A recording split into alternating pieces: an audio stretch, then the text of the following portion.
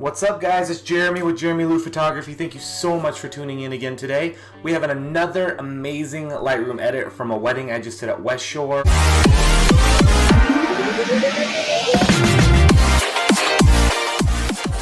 A couple days ago, been editing from my laptop via remote, kind of testing some things out, and I have created a brand new preset. Since this is the first wedding of 2018, I did a new preset for you guys, and this is a preset I'll be using on all my weddings for the next year or so, maybe even longer. I haven't changed my preset in a while, so I'm kind of excited to do this. Before we get started into this, thank you guys again for tuning in.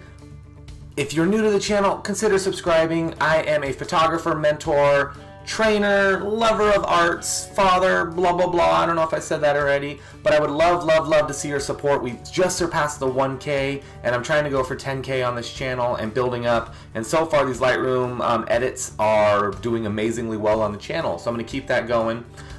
Click the bell for notifications, give me a thumbs up just to help out the channel, and if this helps you out in any way, I'm happy to keep going with whatever you guys want as far as my edits go. This video is going to be very simple and straightforward. I'm not 100% sure what I'm going to do with this image yet, but I think I'm going to leave it in color and get some really cool stuff and show you guys how I lit this. So without further ado, let's get started. This is a nighttime shot. It rained the entire day. I shoot with a Canon 5D Mark IV. My settings are as follows: 1/200th of a setting at f3.5, ISO 1000.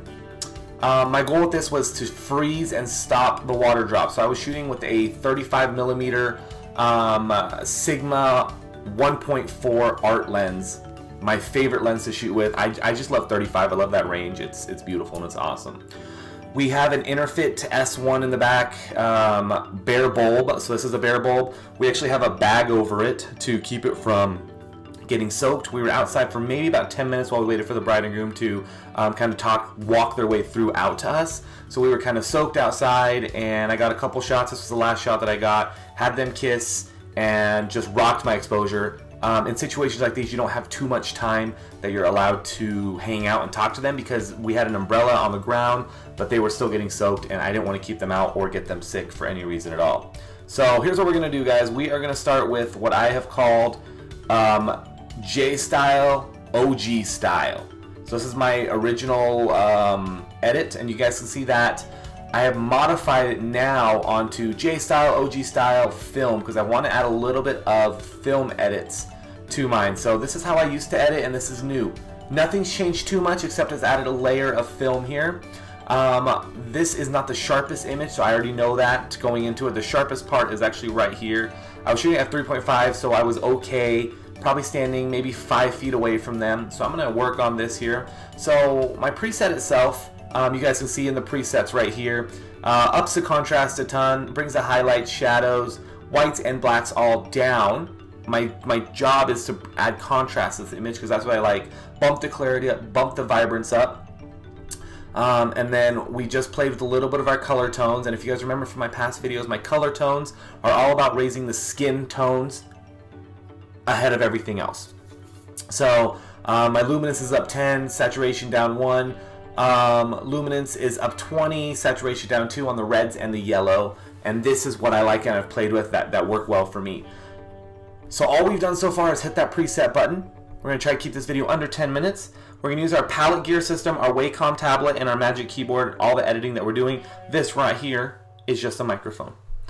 So what I'm going to do is I'm actually going to bring the tone, the blues down. Maybe blues up a little. I want this a little warmer still.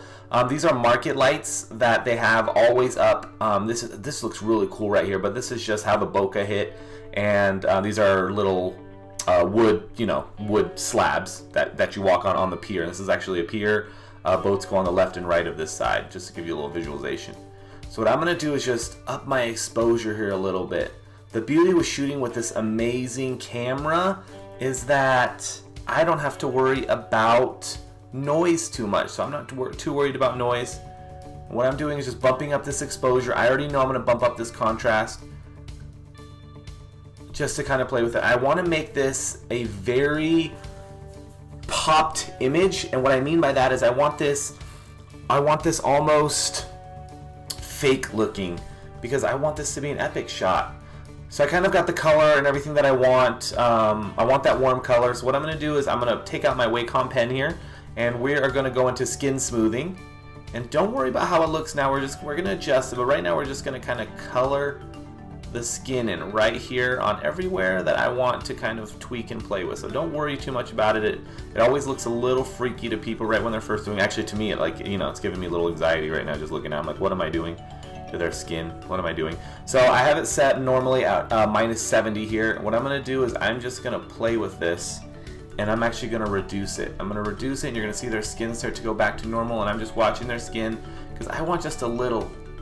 I just want a little tiny right there, just kind of in there where it's starting to smooth out just a bit. Now remember, I've upped the clarity on this image a ton, so what skin smoothing does is it reduces that clarity in those spots that I color. I don't need it to look, I don't need their skin looks great, right? And we're not editing skin to make it look plasticky or gross, but that's where we are right there. Now we're gonna hit our new brush, and it gives us a new brush that we're gonna use. We're gonna go into our clarity, right up here. And what I'm gonna do is I'm just gonna kind of paint in general around all of this, guys. And what I can do is I can not only increase the clarity, some people say sharpness, of these dots, but I'm gonna change the exposure, everything around, and raise the exposure a little bit. I don't necessarily want to do that, so what I'm gonna do is kind of just paint this whole area in, and we're gonna play with our buttons. This is my main focus here. Money. Alright, so what I'm gonna do here is I am going to up my clarity, and if you guys notice, when you up your clarity on anything, it automatically ups the exposure as well. So we're gonna lower the exposure in this area. You guys see that change right there? Alright, let's kind of show you where we started and where we're at right now. So we started, so we're at right now. I love that little bit of film, the fade that kind of happens with the film, and that can be done with a tone curve as well. So this is where we're at right now. I love this so far, and I want this a little bit more moody still. And what I'm going to do is I'm actually going to adjust this film just a little bit, and I got to figure out where I had that. I think it was my Visco here. Wrong. There we go.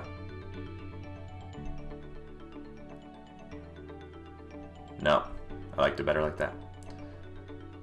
Half of editing is just exploring, guys. Play with your images. Money, just like that. Now, her hair right here is a little too bright for me. I'm gonna go into new. I'm gonna burn this. Remember, burning is reduction of exposure, reduction of light. So we're just gonna paint right around here, and we're just gonna burn it just a little. This is okay right here. And let's increase that. Let's see what we get. We're gonna, well, I guess decrease the exposure. We don't want it to look fake. So just where it starts to, there you go, just like that.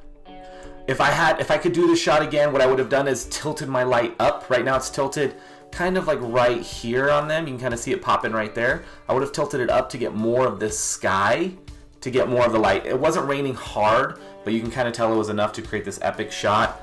I've done a few of these, so I want to do something a little bit different, hence the film edit that I did with this, because I've done a ton of these, so I need to make something a little bit different, a little more exciting for myself.